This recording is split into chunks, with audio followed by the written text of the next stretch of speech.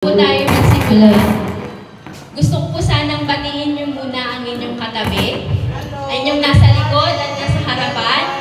Sabihin niyo po na, I am blessed that you are here. I am blessed that you are here. Ulit, sabay-sabay. 1, 2, 3, go! I am blessed that you are here. Totoo po ba na blessed tayo? Parang nakasimangot yung iba eh.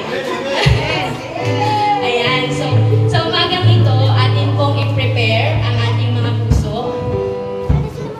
Hayaan po natin ang banal na presensya ng Panginoon ang manguna sa ating kalagitnaan sa umagang ito.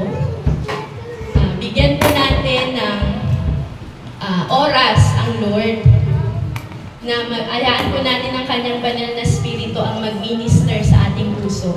Hayaan po natin na mag-speak sa atin ang Holy Spirit ng Panginoon, nang sa gayon, turuan tayo ng Lord na ma-open up ang ating mga mata, ang ating tenga, lalo't higit ang ating puso sa kanyang mga revelation, sa kanyang mga gustong ituro, mga gustong ipaalala sa atin sa umagang ito.